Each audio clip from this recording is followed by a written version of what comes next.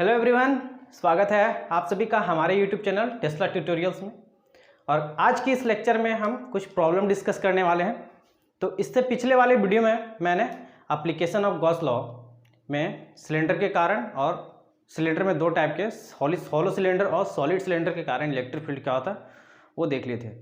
तो आइए सॉल्व करते हैं। जो हमारा फर्स्ट प्रॉब्लम है कुछ इस तरह से, a point charge causes an electric flux -3 × 10⁻⁻14 newton metre पर कूलम। अब देखिए क्या बोल रहा है कि एक पॉइंट चार्ज है जो कि इलेक्ट्रिक फ्लक्स प्रोड्यूस कर रहा है जिसका मैग्नीट्यूड क्या है -3 × 10⁻⁻14 न्यूटन मीटर स्क्वायर पर coulomb. To pass through an spherical Gaussian surface, जो फ्लक्स क्रिएट हुआ है वो कहाँ से पास कर रहा है, एक क्लोज गॉसियन स्फेरिकल सरफेस से पास कर रहा है। क्लियर। तो हमें फाइंड क्या करना है, फाइंड करना है calculate the value of point charge. उस पॉइंट चार्ज का वैल्यू हमें क्या करना है, पता करना है। तो आइए देखें। फर्स्ट क्या, तो हम जानते हैं कि फ्लक्स क्या होता है, फ्लक्स जो डिनोट करते हैं उसे किस से डिनोट करते हैं, फाई से। और फाई इज इक्वल टू क्या आता है, Q अपॉन एप्सिलॉन नॉट। और ये Q कौन सा चार्ज है, ये Q जो चार्ज है वो गॉसियन सरफेस से जो चार्ज इंक्लोज्ड हुआ है वही है क्या है, Q। आई बात समझ में। गॉसियन सरफेस से जो चार्ज इंक्लोज्ड है वही ये चार्ज Q है। अब गॉसियन सरफेस के अंदर बहुत सारे चार्ज हो सकते हैं, या 1 हो सकता है, 2 हो सकता है, 3 हो सकता है। तो जितने सारे अगर चार्ज रहेंगे प्रेजेंट तो हम क्या करेंगे, सारे चार्ज को जोड़ देंगे तो यहाँ पे क्या आएगा, वो Q टोटल दे देगा अपॉन एप्सिलॉन नॉट। ये हमारा कांस्टेंट टर्म है एप्सिलॉन नॉट। अब देखिए हमें Q चाहिए, क्या बोला है, पॉइंट चार्ज का वैल्यू बताइए। फर्स्ट में देखिए इसमें जो है क्या है, पॉइंट चार्ज का वैल्यू बताइए। तो ये हमारा चार्ज है, तो चार्ज को क्या लिख सकते हैं, Q is equal to 5 epsilon naught, ऐसा लिखा जा सकता है। ध्यान से देखें, यहाँ तक कोई दिक्कत नहीं।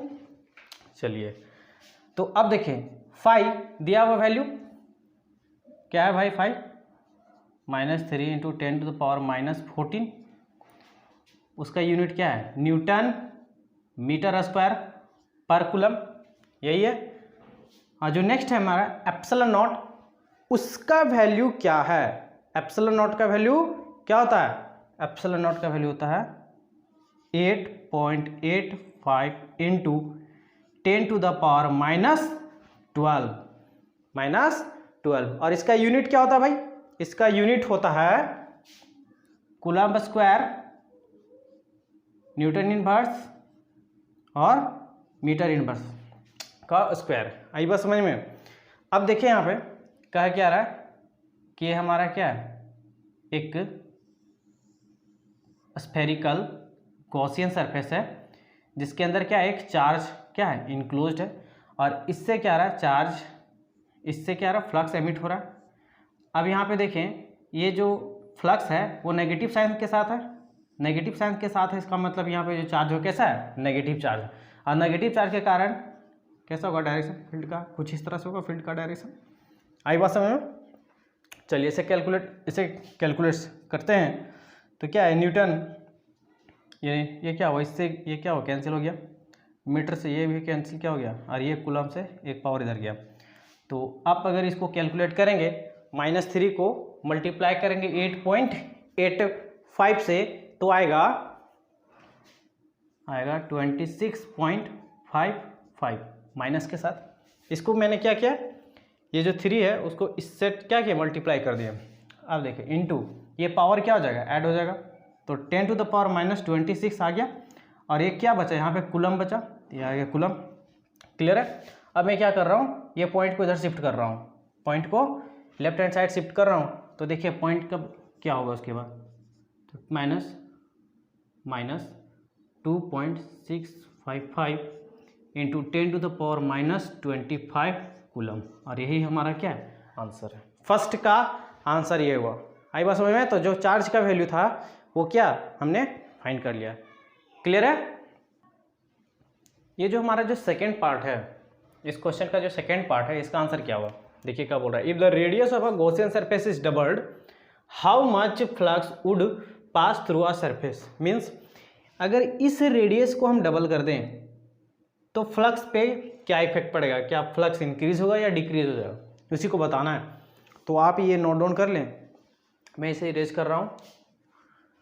तो मैंने पहले ही जब फ्लक्स स्टार्ट किया था उस समय प्रॉपर्टी में मैंने डिस्कस किया था कि जो फ्लक्स है वो शेप साइज पे डिपेंड नहीं करता है, फ्लक्स हमेशा डिपेंड करता है चार्ज के ऊपर, और वो जो चार्ज है इनक्लोज्ड रहना चाहिए गॉसियन सरफेस से। आई बात समझ में, उसी पे डिपेंड करता है। ये गॉसियन सरफेस का कैसा भी शेप हो या साइज हो उस पर फ्लक्स डिपेंड नहीं करता है। तो इसको स्टेटमेंट में लिख डाले, स्टेटमेंट में लिखे इसका सेकेंड का ये आंसर रहा। क्या लिख सकते हैं भाई, इसमें लिख सकते हैं flux remains unchanged, flux remains unchanged because it only depends upon the charged enclosed by the Gaussian surface.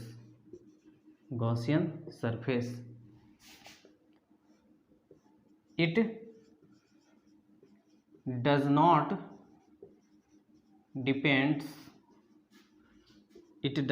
depends upon size of Gaussian surface.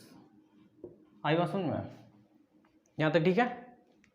क्या बोला मैंने, बोला कि जो चार्ज है जो फ्लक्स है वो इनक्लोज जो चार्ज है हमारा उसी पे डिपेंड करता है, ना कि उस गॉसियन सरफेस पे कि उसका शेप कैसा है, साइज है, उस पर डिपेंड नहीं करता है। तो ये हमारा फर्स्ट क्वेश्चन के ये दोनों आंसर रहे, आप इसे नोट डाउन कर लें। नेक्स्ट प्रॉब्लम ले रहे हैं हम। इसमें क्या कह रहा है कि a point charge of 2 microcoulomb is at the centre of cubic Gaussian surface, जिसका एज क्या दिया हुआ है 9 सेंटीमीटर, और what is the net electric flux through the surface. क्या बोल रहा है कि एक क्यूबिक गॉसियन सरफेस है, उसके सेंटर पे एक पॉइंट चार्ज रखा हुआ है जिसका वैल्यू है 2 माइक्रोकूलम। आई बात समझ में, और उस गॉसियन सरफेस का लेंथ दिया हुआ है, मीन्स एज दिया हुआ है जो कि क्या है 9 सेंटीमीटर है। तो बताइए कि फ्लक्स क्या होगा थ्रू द गॉसियन सरफेस। तो आइए उसे कैलकुलेट करें। तो पहले मैं क्या कर रहा हूँ, एक गॉसियन सरफेस प्लॉट कर रहा हूँ, आप इसे देख लें। ये हमारा एक गॉसियन सरफेस है, कुछ इस तरह से ये रहा, और जो चार्ज है उसको कहाँ पे रखा गया, सेंटर पे रखा गया। चार्ज कहाँ पे रखा गया, सेंटर पे, और इसका जो एज है कितना दिया हुआ है 9 सेंटीमीटर दिया है। अब बोला है कैलकुलेट कीजिए फ्लक्स। तो देखिए यहाँ पे वैल्यू क्या दिया हुआ भाई, जो चार्ज है हमारा Q वो दिया हुआ है 2 माइक्रोकूलम। तो पहले इसको कूलम में चेंज करें। याद रखिए जो चार्ज है अगर कोई भी यूनिट में दिया हो, नैनो कूलम दिया रहा है, माइक्रो कूलम दिया रहा है, तो पहले उसको कूलम में चेंज करें। तो इसको कैसे कूलम में चेंज करेंगे, तो इसको 10⁻⁻6 से मल्टीप्लाई करेंगे तो ये कूलम में चेंज हो जाएगा। क्लियर है। और जो लेंथ है हमारा 9 सेंटीमीटर, वैसे इसकी ज़रूरत तो नहीं पड़ेगी यहाँ पे। हमें क्या कैलकुलेट करना है, फ्लक्स, और हम जानते हैं कि फ्लक्स का फॉर्मूला क्या होता है, फ्लक्स इज इक्वल टू क्या होता है, Q/ε0 ये होता है। तो Q का वैल्यू क्या है भाई, पुट कर दो यहाँ पर 2 × 10⁻⁻6 कूलम अपॉन ε0। ε0 का वैल्यू क्या था 8.85 × 10⁻⁻12। क्लियर है। न्यूटन, इसका वैल्यू क्या होता है coulomb square, newton inverse metre inverse square, यही होता है। जो ε0 होता है उसका यूनिट तो यही होता है। क्लियर है। आप जब इसे सॉल्व करेंगे, ये पावर को ऊपर ले जाएंगे तो क्या आ जाएगा, 10 टू द पावर ऊपर क्या आ जाएगा प्लस में आ जाएगा, तो 10 टू द पावर +12 आ जाएगा, और 10 टू पावर -6 है तो क्या आ जाएगा 10 टू पावर 6 आ जाएगा ऊपर में पावर। अब इसको जब कैलकुलेट करेंगे तो आएगा यहाँ पे, यहीं पे लिख दे रहे हैं इसे, क्या आएगा, ये आएगा 2.26 इंटू 10⁵ आई बात समझ में। और यही आएगा न्यूमेरिकल वैल्यू। और जो फ्लक्स का है, जो फ्लक्स का हमारा यूनिट है, फ्लक्स का यूनिट क्या होता है, न्यूटन मीटर स्क्वायर पर कूलम। आई बात समझ में। तो ये हमारा रहा आंसर। मीन्स ये जो फ्लक्स है through this close Gaussian cubic Gaussian surface, उसके कारण फ्लक्स हमारा ये रहा। आप इसे नोट डाउन कर ले। हम नेक्स्ट क्वेश्चन ले रहे हैं।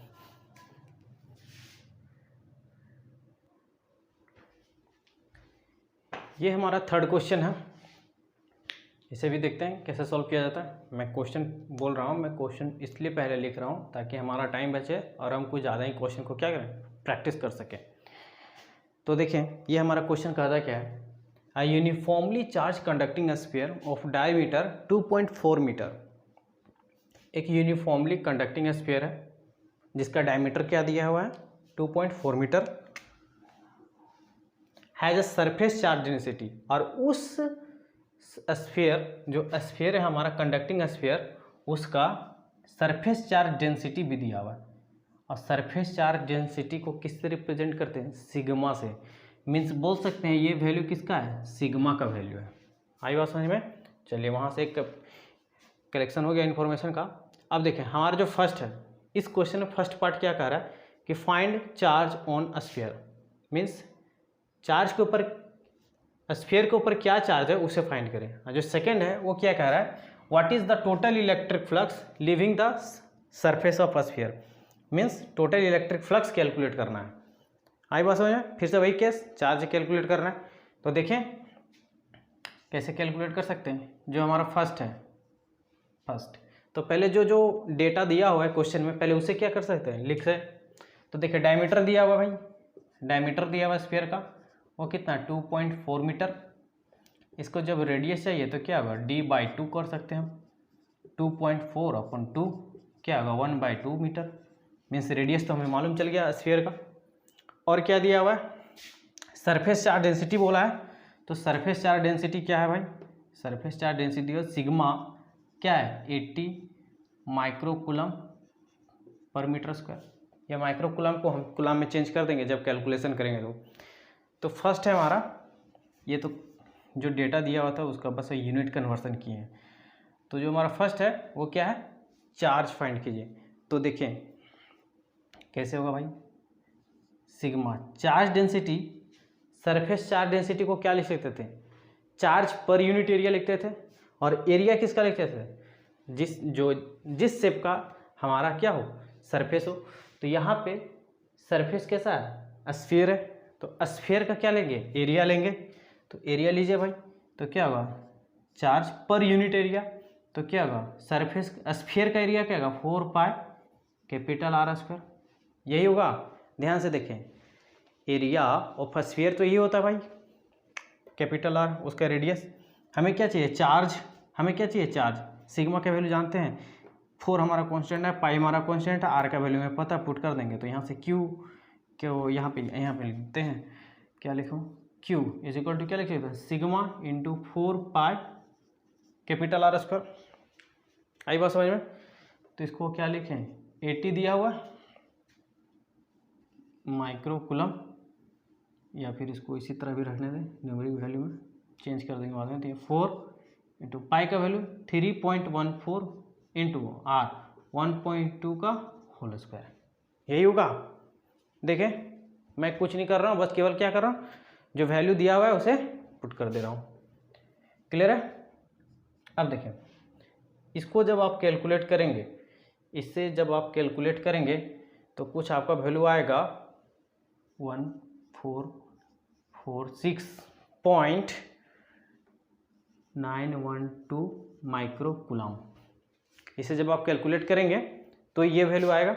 अब मैं क्या कर रहा हूँ, जो माइक्रोकूलम में दिया हुआ है, माइक्रोकूलम में आया हमारा आंसर, इसको हम क्या करें, कूलम में चेंज करें। तो कूलम में चेंज करने से क्या होगा, देखिए तो कूलम में चेंज करें तो क्या आएगा 1, यहाँ से आ जाएगा 0.45 × 10⁻³ कूलम। ये हमारा आंसर है। तो मैंने क्या किया, जो माइक्रो कूलम है उसको कूलम में चेंज कर दिया। कुछ नहीं किया भाई, डायमीटर दिया हुआ था रेडियस में चेंज कर दिए। और हमें पता है कि सरफेस चार्ज डेंसिटी क्या होता है। सरफेस चार्ज डेंसिटी क्या होता है, charge per unit area. Area किसका लेंगे, हम देखेंगे कि शेप कैसा है गॉसियन सरफेस का, तो यहाँ पे शेप कैसा है, स्फीयर का शेप है, तो स्फीयर का एरिया लेंगे। स्फीयर का एरिया क्या है, 4 पाई आर स्क्वायर। क्यू के वैल्यू में फाइंड करना है, सिग्मा के वैल्यू दिया हुआ है और ये सारे के वैल्यू में पता है, तो बस क्यू इसको क्या करें, मल्टीप्लाई कर दिए, माइक्रो कूलम में आया, फिर इसको क्या किया, कूलम में चेंज कर दिए। तो हमारा जो फर्स्ट का है, फर्स्ट चार्ज ऑन स्फीयर क्या आया, ये आया, तो ये हमारा क्या है, फर्स्ट का आंसर है। अब फाइंड कर रहे हैं सेकेंड, जो कि क्या है, टोटल इलेक्ट्रिक फ्लक्स। तो टोटल इलेक्ट्रिक फ्लक्स मैं क्या करूँ, इसे इरेज कर रहा हूँ, आप इसे नोट डाउन कर लें, बस मुझे क्यू का वैल्यू रखना है। अब देखें फिर से क्या, ये सेकेंड पार्ट क्या कैलकुलेट करना भाई, फ्लक्स। तो फिर से वही formula, flux is equal to Q by epsilon naught. Q का वैल्यू पता है, क्यू का वैल्यू है 1.45 इंटू 10⁻³ कूलम, यही आया अभी। और एप्सिलॉन नॉट का वैल्यू क्या था, 8.85 इंटू 10⁻12, यही होता है। अब इसे जब कैलकुलेट करेंगे, इसे जब आप कैलकुलेट करेंगे तो कैलकुलेट करने के बाद आपका आएगा 0.1637 इंटू 10⁻9, ये आएगा। इसको मैं क्या कर रहा हूँ, 0.1 डिजिट को इधर शिफ्ट कर रहा हूँ, तो आएगा 1.637 इंटू 10⁸। और हम क्या कैलकुलेट करें, फ्लक्स। तो फ्लक्स का यूनिट क्या होता है, न्यूटन मीटर स्क्वायर पर कूलम। तो ये हमारा क्या हुआ आंसर। तो सेकंड का भी आंसर क्या है, बस देखें सारे क्वेश्चन में क्या कर रहे हैं, चार्ज फाइंड कर रहे हैं और फ्लक्स फाइंड कर रहे हैं। तो ये हमारा क्वेश्चन नंबर 3 रहा। नेक्स्ट क्वेश्चन हम ले रहे हैं, आप इसे नोट डाउन कर लें। तो ये क्वेश्चन नंबर 4 रहा। देखिए यहाँ पे क्वेश्चन नंबर 4 क्या बोल रहा है, consider a uniform electric field E is equal to 3 into 10⁻³ I cap newton पर कूलम। तो ये जो हमारा इलेक्ट्रिक फील्ड का फॉर्मूला मतलब यूनिट होता है, ये तो हमें पता है। अब देखिए यहाँ पे E का वैल्यू दिया हुआ है, E का वैल्यू दिया हुआ है, कितना दिया हुआ भाई, 3 आई कैप न्यूटन पर कूलम। आई कैप मीन्स ये जो इलेक्ट्रिक फील्ड है वो मूव कर रहा है किधर, पॉजिटिव एक्स एक्सिस की तरफ, पॉजिटिव एक्स एक्सिस की तरफ। क्लियर है।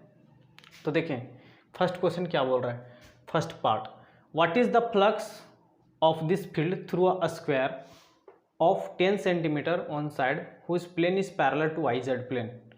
क्लियर। जैसे कि मान लें ये हमारा कुछ कोऑर्डिनेट है एक्स वाई जेड, बोल रहा है जब हम जो प्लेन है हमारा क्या है, प्लेन है, उसको हम क्या है वाई जेड के पैरेलल रखे हैं। ये हमारा वाई जेड है, इसके पैरेलल है, ये वाई जेड भी इधर है और हमारा प्लेन भी इधर ही रखा हुआ है। तो ये प्लेन है और ये वाई जेड है, तो दोनों के बीच में एंगल कितना होगा यहाँ पे, इस केस में theta is equal to 0 degree. ये कंडीशन यूज करेंगे। तो बोल रहा है कि फाइंड कीजिए फ्लक्स क्या होगा। तो देखिए फर्स्ट का तो क्या लिखूँ मैं, व्हेन क्या लिख सकते हैं यहाँ पे, when plane is parallel to the Y Z plane. क्या लिखे हैं, when plane is parallel to the Y Z plane. Y Z plane means जो प्लेन हमारा वाई जेड के क्या है पैरेलल है।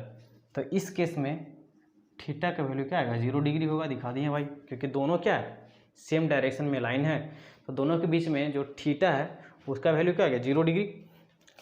फ्लक्स कैलकुलेट करना है तो फाई हम जानते हैं क्या होता है, ई डॉट ए, या फिर इसको डायरेक्ट लिखें ई ए कॉस थीटा। इलेक्ट्रिक फील्ड क्या है भाई, वैल्यू दिया, ये दिया हुआ ए हमें फाइंड करना है। तो देखिए एक साइड दिया हुआ है, इसमें साइड किधर दिया हुआ है, यहाँ पे देखिए आप 10 सेंटीमीटर ये दिया हुआ है। तो आप अगर एरिया निकालेंगे साइड तो एरिया इज इक्वल टू क्या होता है, स्क्वायर का एरिया। एरिया क्या होता है, साइड स्क्वायर होता है, और एरिया कितना हुआ, साइड कितना हुआ 10, तो 10 का क्या होगा स्क्वायर। अब वो सेंटीमीटर में दिया हुआ तो 10 सेंटीमीटर होगा, 10 सेंटीमीटर स्क्वायर, ये हो गया एरिया। यहाँ से इसको जब मीटर में चेंज करेंगे तो क्या आएगा 10⁻⁻² मीटर स्क्वायर, और ये हमारा क्या है एरिया ऑफ स्क्वायर।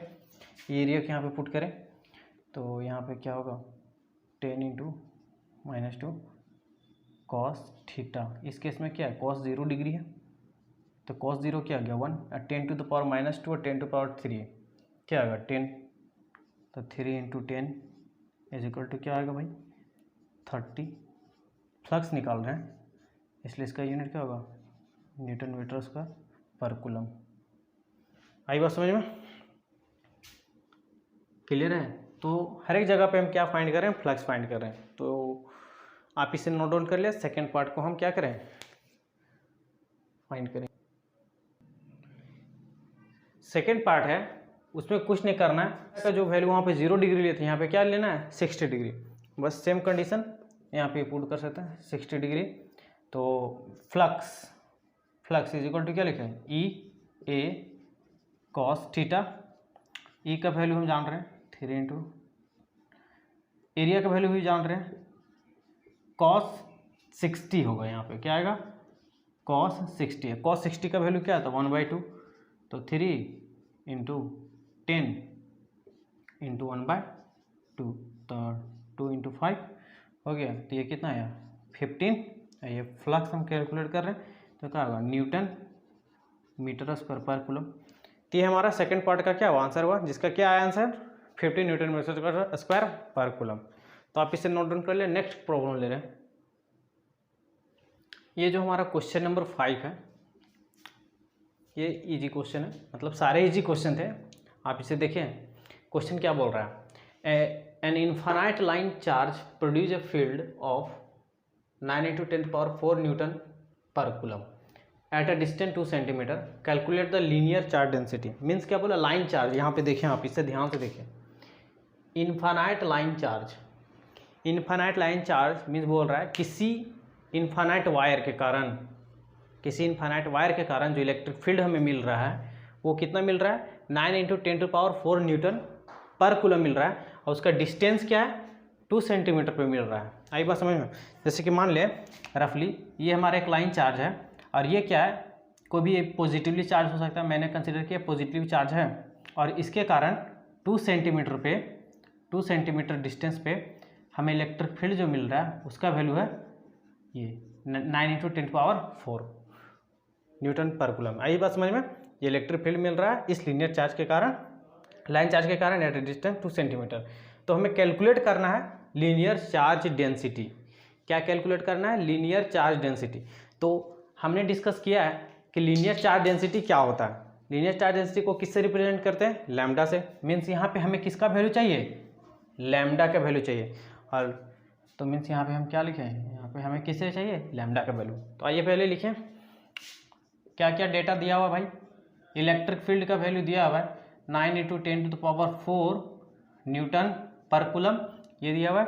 डिस्टेंस कितना दिया हुआ भाई, डिस्टेंस दिया हुआ है 2 सेंटीमीटर दिया हुआ है, और इसको जब मीटर में चेंज करेंगे हम तो क्या आएगा 2 × 10⁻⁻² मीटर आएगा। ये आएगा। इसको क्या किया हम मीटर में चेंज कर दिए। अब किसी लाइन चार्ज के कारण इलेक्ट्रिक फील्ड का एक्सप्रेशन हमें पता है। इलेक्ट्रिक फील्ड का एक्सप्रेशन क्या आया था E = λ/2πε0 यार। ये तो पता है सबको, पता है ना, भूल गए क्या सब। कॉपी पलटो पीछे पलट यार। अब देखो यहाँ पे इलेक्ट्रिक फील्ड = λ/2πε0 आया था ना। ये हमारा क्या lambda linear charge density. Electric field पता है हमें 2 तो नोन है, पाई का वैल्यू पता है, ε0 का वैल्यू पता है, और आर यहाँ पे देख ले आर यहाँ पे है, पुट कर देंगे तो लैम्डा क्या आ जाएगा जो कि क्या है लीनियर चार्ज डेंसिटी। क्लियर हुआ। ये तो याद है ना कि भूल गए, भूलना नहीं है यार, अभी तो स्टार्ट हुआ है। तो यहाँ से लैम्डा = क्या होगा E × 2πε0r आ गया। Lambda = E × 2πε0r। तो ई का वैल्यू हमें पता है, ई का वैल्यू है हमारे पास 9 × 10⁴ और आर का वैल्यू पता है हमें 2 × 10⁻²। ये है 2 नीचे हुआ, और इसका जो वैल्यू है, इसका वैल्यू होता है 9 × 10⁹ यही होता है। ध्यान से देखें इसको, यहाँ तक कोई डाउट है? कोई डाउट नहीं है। क्या लिख सकते हैं, 2 से 2 क्या हुआ, कैंसिल हो गया, 9 से 9 क्या हुआ, कैंसिल हो गया, और 10⁹ बचा भाई। ये ऊपर जाएगा तो क्या आ जाएगा, प्लस में आ जाएगा। तो जब ऊपर, सॉरी ये प्लस में है ना, ऊपर जाएगा तो माइनस में आ जाएगा। तो 10⁻² और 10⁻⁻9 क्या हो जाएगा, 10⁻11, और उसके बाद क्या है 10⁴। तो मीन्स यहाँ पे जो आ जाएगा वैल्यू क्या आएगा, 10⁻⁷। और ये इसका क्या होगा, लैम्डा है, लीनियर चार्ज डेंसिटी, तो उसको किस में रिप्रेजेंट कर, कूलम मीटर इनवर्स। आई बात समझ में? तो ये हमारा क्या है, आंसर आ गया। ये हमारा क्या है, लीनियर चार्ज डेंसिटी। तो देखिए बहुत आसानी से हम क्या कर सकते हैं, फाइंड कर सकते हैं, अगर हमें फॉर्मूला याद है तो फॉर्मूले को जरूर याद रखें। क्लियर है, फॉर्मूले को जरूर याद रखें। नेक्स्ट क्वेश्चन ले रहे हैं, तब तक आप इसे नोट डाउन कर लें। अब जो लेंगे वो क्वेश्चन नंबर क्या है, 6 है, क्वेश्चन नंबर 6। तो मैंने 5 क्वेश्चन डिस्कस किया हूँ। अब देखो क्वेश्चन नंबर 6 क्या बोल रहा है कि कंसेंट्रिक होलो स्फीयर है जिसमें से एक चार्ज है, मतलब ड्रॉ कर रहा हूँ पहले, ये कंसेंट्रिक होलो स्फीयर को मैं क्या करूँ, प्लॉट कर रहा हूँ। क्लियर है? उसमें से ये जो हमारा सरफेस है ये हमारा क्या है, S1, और ये हमारा जो बिगर सरफेस है वो क्या है, S2। क्लियर है? और जो S1 जो सरफेस है उसके अंदर कितना चार्ज है, S1 जो सरफेस है उसके अंदर है 2 कूलम चार्ज है, और S2 के अंदर कितना है, 4 कूलम चार्ज। तो S2 क्या है, S1 को भी क्या है, इनक्लोज करके रखा हुआ है। अब हमें क्या फाइंड करना है, फाइंड करना है रेशियो ऑफ फ्लक्स, रेशियो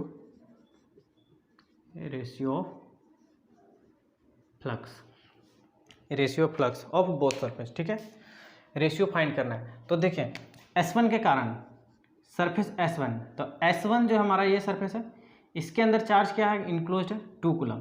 तो S1 के लिए जो फ्लक्स होगा उसको क्या बोलते हैं, φ1, और उसके अंदर जो चार्ज है वो कितना है, 2 कूलम है। और φ1, तो फाई को क्या लिख देते हैं, फ्लक्स को क्या लिख सकते हैं, Q/ε0 लिख देते हैं। यहाँ पे जो φ1 के अंदर चार्ज है वो कितना है, 2 कूलम है, तो यहाँ पे क्या लिखूँ, 2 कूलम/ε0। क्लियर है, यहाँ तो कोई दिक्कत नहीं। S2 के लिए लिखें, तो S2 के लिए क्या लिखें, S2 के लिए क्या आएगा, फ्लक्स हमारा φ2 आएगा। S2 के लिए हमारा फ्लक्स क्या आएगा, φ2, और φ2 के लिए भी क्या होगा, Q/ε0। और φ2 के अंदर देखें ये हमारा क्या है, S2, मीन्स इसका अगर फ्लक्स लिखे तो φ2। तो इस सरफेस में कितना चार्ज इंक्लोज किया हुआ है, ये तो 2 कूलम है, 4 कूलम भी है इसी में। तो क्या करें, दोनों को क्या करें, ऐड कर दें। तो क्या आ गया, 2 + 4 क्या आ गया, ε0, मीन्स यहाँ पे क्या लिख सकते हैं, 6 कूलम/ε0। अब क्या पूछा है, रेशियो, तो रेशियो कैलकुलेट कर दो भाई, φ1/φ2 = क्या आया, φ1 का कितना है भाई, 2 कूलम/ε0 क्या हो, कैंसिल आउट हो गया, तो यह क्या 6Q, तो ये क्या हुआ 1/3 आ जाएगा आंसर। ये हमारा क्या था, रेशियो था। क्लियर है? तो आप इसे नोट डाउन कर लें। नेक्स्ट प्रॉब्लम हम ले रहे हैं,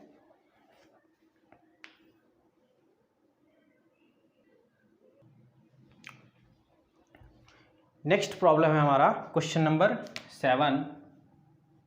वो क्या कह रहा है, वो कह रहा है कुछ इस तरह से प्रॉब्लम है। ये हमारा एक स्क्वायर है, ये हमारा क्या है, एक स्क्वायर है। ये डायग्राम को प्रॉपर तरीके से हम बनाएं तो ये हमारा एक स्क्वायर है, ये क्लियर है। स्क्वायर नहीं दिख रहा है यार, ये तो रेक्टेंगल दिखने लगा, स्क्वायर दिखना चाहिए, है ना।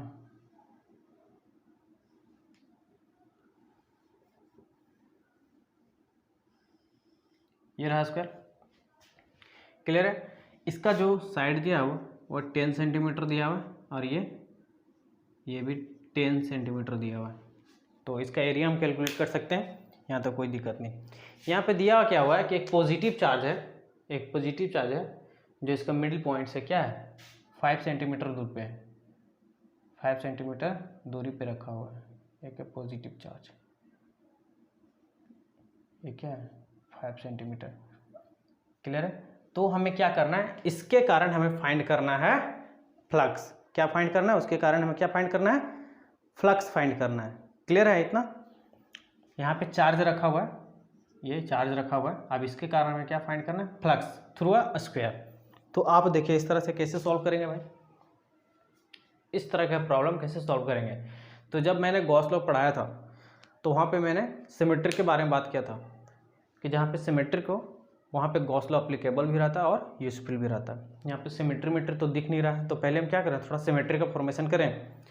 तो आप इस तरह से देखिए इस क्वेश्चन को, मैं इसे ऐसे बना सकता हूँ, ये कुछ इस तरह से,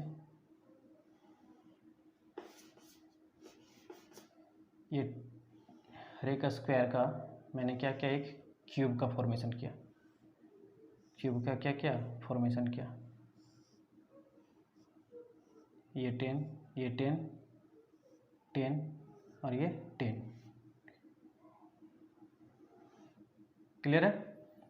और ये जो हमारा जो चार्ज है वो कितना डिस्टेंस पे रखा हुआ है, 5 सेंटीमीटर पे रखा हुआ है। कितना डिस्टेंस पे रखा हुआ है, 5 सेंटीमीटर। मीन्स बोल सकते हैं यहाँ पे ये 5 सेंटीमीटर है, यहाँ से क्या 5 सेंटीमीटर। ये हमारा कितना है 10 सेंटीमीटर, और ये भी कितना है 10 सेंटीमीटर, तो ये भी कितना होगा 10 सेंटीमीटर होगा। तो आप देखें ये जो डिस्टेंस है हमारा ये कितना है 5 है, ये हमारा 5 है, तो ये भी कितना होगा 5। तो मीन्स ये क्या बोल सकते हैं, जो चार्ज है वो मिडिल ऑफ द क्यूब रखा हुआ है, मिडिल पॉइंट पे रखा हुआ है। तो किसी एक स्क्वायर के कारण हमें क्या करना है, फ्लक्स फाइंड करना है। तो आप मैंने ये क्या कंसिडर किया, ये जो हमारा स्क्वायर है ABCD, मैंने एक स्क्वायर कंसीडर किया। अब इसके थ्रू हमें क्या फाइंड करना है, फ्लक्स फाइंड करना है। तो यहाँ पे मैं क्या लिखूँ क्वेश्चन में, find magnitude of electric flux through a square. आई बात समझ में? फाइंड करना है। तो मैंने पहले ही डिस्कस किया है कि किसी भी क्लोज सरफेस के